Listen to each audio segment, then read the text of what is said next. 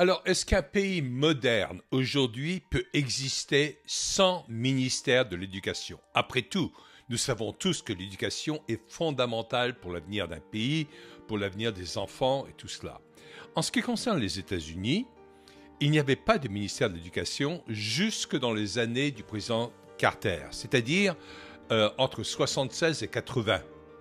C'est là où Carter était au pouvoir et c'est lui qui a créé le ministère de l'Éducation. Auparavant, l'éducation en Amérique était à la fois privée et publique, même une ville comme New York, pour le primaire, la moitié des écoles dans le primaire à New York, une ville comme New York, étaient des écoles catholiques. Et c'est les gens qui pouvaient se permettre d'y aller en participant un peu, sinon c'est les églises qui aidaient, etc.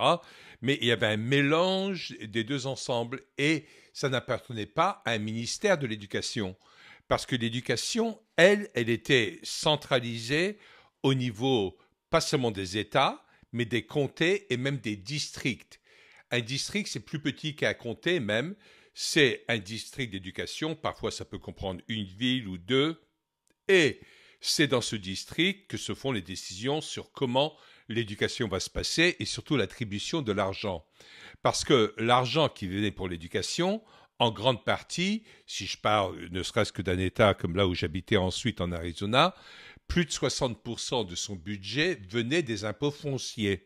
Donc c'est les gens locaux qui, par le biais de leurs impôts fonciers, contribuaient au budget des écoles. Alors, il fut un temps où l'éducation américaine avait une réputation énorme. Tout le monde dans le monde entier cherchait à envoyer leurs étudiants en université américaine. Les universités américaines avaient une puissance qui était énorme. Avoir un MBA, c'est-à-dire un Master's of Business Administration de Harvard, c'était une référence et une garantie quasi automatique d'être parmi l'élite dans beaucoup de corporations, même françaises. En France, il y avait un genre de phénomène qui était semblable en termes d'éducation, où le secondaire, en France, avait une réputation qui était grandiose dans le monde entier. Moi, je me souviens de l'époque où le lycée français de New York, il n'y avait pas que des Français qui y allaient, mais il y avait énormément d'Américains très nantis, très riches, qui allaient là-bas. Alors, à l'époque, avant la création des ministères de l'éducation aux États-Unis se portait très bien. Depuis, c'est désastreux. Il y a eu des statistiques qui sont sorties où il y avait que 8% des étudiants qui sortaient du lycée qui avaient une capacité de lecture adéquate pour faire des études universitaires. Et après, qu'est-ce qui s'est passé? Les universités ont créé des cours pour réapprendre à leurs étudiants à lire. Mais comme tout était subventionné par les ministères de l'Éducation, on faisait des prêts, c'est-à-dire des emprunts de la part des étudiants, pour qu'ils puissent payer leurs études et qui étaient de plus en plus chères. Et donc, ceux qui sortaient avec des diplômes universitaires aux États-Unis, ceux qui sortent encore aujourd'hui, sortent immensément endettés et ils sont endettés pour 10, 20 ou 30 ans pour rembourser leurs dettes par rapport à une éducation qui ne sert même plus à rien. Parce qu'on apprenait presque n'importe quoi, c'était du wokisme, c'était ce genre de choses, mais on n'enseignait plus l'histoire, on n'enseignait plus la littérature, on n'enseignait plus les sciences. Encore certaines universités où ça fonctionne pas trop mal, aux États-Unis, c'est les universités d'ingénierie ou scientifiques ou dans des domaines très précis, l'aéronautique, dans ce genre de choses, ce sont encore des universités qui sont valables. Mais pour tout le reste, qu'est-ce qui se passe? Le ministère de l'Éducation, c'est vraiment une gestion d'un budget qui est énorme et ensuite, dès qu'il y a un budget énorme, il y a corruption. Il y a un état profond qui s'installe. Il y a des gens qui commencent à vivre de tout ceci. Et ce genre de phénomène, c'est exactement ce qui arrive. C'est-à-dire, il n'y a plus d'éducation, il y a seulement de l'indoctrination. Il y a du lavage de cerveau pour que les gens pensent d'une façon et pas pour qu'ils apprennent à penser. Mais si l'argent vient de la base, c'est-à-dire si ça reste au niveau de l'État ou du district, là on peut faire des choses. Moi je me souviens que à une certaine époque, j'en suis encore très fier parce que j'ai participé à un comité qui en faisait partie, on était 7, Et on avait réussi à créer la possibilité dans l'État de l'Arizona d'avoir des charter schools, c'est-à-dire des écoles charterisées où il peut y avoir des privés qui se réunissaient et qui créaient une école qui allait enseigner essentiellement la même chose que ce qui est enseigné dans l'école publique, mais dans laquelle on pouvait ajouter d'autres éléments.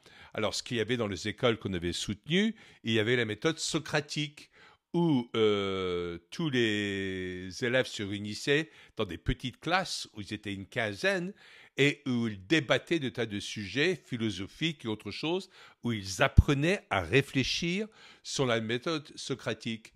Et ce qu'on avait trouvé à faire là-dedans, sur le plan du budget, c'est que toute personne pouvait contribuer à une école précise pour que l'argent aille à cette école-là et pas à une autre école. Et tout cet argent qu'ils donnaient à une école était déductible, pas de leur assiette imposable, mais de leurs impôts de l'État. Pas de l'impôt fédéral. Hein. Aux États-Unis, il y a l'impôt fédéral, l'impôt de l'État. Certains États n'ont pas d'impôt d'État.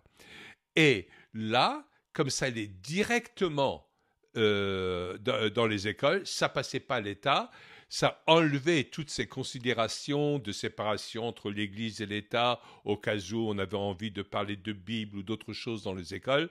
Il y avait une sacrée liberté. Donc on avait réussi à faire ceci, et depuis, ces écoles se sont multipliées. Et le côté intéressant, je crois qu'en Arizona, il y en a une trentaine maintenant, c'est qu'ensuite, ils ont ouvert des écoles dans des quartiers très défavorisés, et en l'espace d'1 an ou 2 ans, ils avaient les mêmes résultats que dans les autres écoles dans des quartiers favorisés, ou aisés, si vous voulez. Ça veut bien dire que la façon dont on enseigne des choses a bien plus d'impact que si c'est dirigé par un gouvernement fédéral qui est très loin des intérêts des gens. Donc, la mesure qui a été prise par Trump sur le fait d'éliminer le ministère de l'Éducation est quelque chose de fondamental aux États-Unis et actuellement est soutenu par 70% de la population, c'est-à-dire un chiffre même plus élevé que ceux par lesquels Trump a été élu. Parce que les gens sont quand même préoccupés par leurs enfants.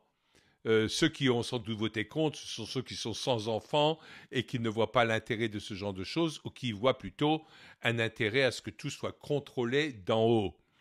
Alors que là, ça va ramener cet argent parce que à partir du moment où le ministère de l'Éducation n'existera plus, il n'y a pas besoin de l'alimenter en argent. Donc l'argent restera dans les États là où il doit être. Et ça, c'est quelque chose de fondamental. C'est-à-dire, plus proche est l'argent des gens qui l'utilisent pour décider du sort de leurs enfants, du sort de leur avenir, mieux c'est. Donc, je pense que les États-Unis sont en train de prendre la bonne décision dans le fait de supprimer le ministère de l'Éducation. Est-ce que ça pourrait être fait de la même façon en Europe ou en France? Je ne pense pas. Mais il faudra réfléchir à comment le faire en Europe, parce que l'Europe est bien trop centralisée pour que ceci se fasse d'une autre façon. À moins que on ne revienne à une France que j'ai connue il y a très longtemps, où il y avait l'importance de l'école communale, où il y avait un respect énorme pour quelqu'un qui était instituteur, où celui qui était directeur de l'école communale, c'était quelqu'un qu'on montrait du doigt comme quoi c'était quelqu'un qui amenait des choses fondamentales à l'école. Et à cette époque-là, on enseignait tout. On enseignait l'écriture, les maths, on enseignait la morale, il y avait encore la morale à ce moment-là. On enseignait les sciences, on enseignait l'histoire, on enseignait tout ce qu'on voulait. Alors aujourd'hui, l'histoire, c'est plus les droits civiques, etc. Et là, on peut glisser tout le wokisme qu'on veut là-dedans. Mais à l'époque, les gens sortaient instruits, ils avaient une certaine éducation, et ensuite certains allaient au collège, et ensuite au lycée, et ensuite ils commençaient à se spécialiser pour aller en études universitaires ou dans les grandes écoles. Mais il y avait une élite qui se construisait dans le bon sens, dans ce cas-là, pas une élite maléfique, mais une élite intellectuelle qui était habilitée à amener les gens dans le pays à réfléchir, à aller dans le bon sens. mais qu'on a vu que dans le domaine politique, l'élite était devenue technocratique, hein, et tous les gens passaient par l'ENA, c'était devenu des énarques, c'était des bureaucrates, ce n'étaient plus des gens qui réfléchissaient à ce qu'il y avait de bon pour le pays, mais comment gérer ces choses. Alors qu'au début, plutôt que d'apprendre à gérer des choses, il faut apprendre les choses elles-mêmes. Donc, moi j'aimerais bien savoir ce que vous pensez de cette idée de suppression de l'éducation nationale et est-ce que ça serait quelque chose qui serait possible en Europe également. Dites-le nous parce qu'on aimerait bien que vous likez, que vous vous abonniez et que vous partagez et tout ceci pour que d'autres personnes soient exposées à des idées qui peuvent, d'accord, être très controversées. Mais n'est-ce pas le principe même de l'éducation, c'est d'examiner des idées controversées et de pouvoir en parler afin de définir l'avenir qui attend nos enfants.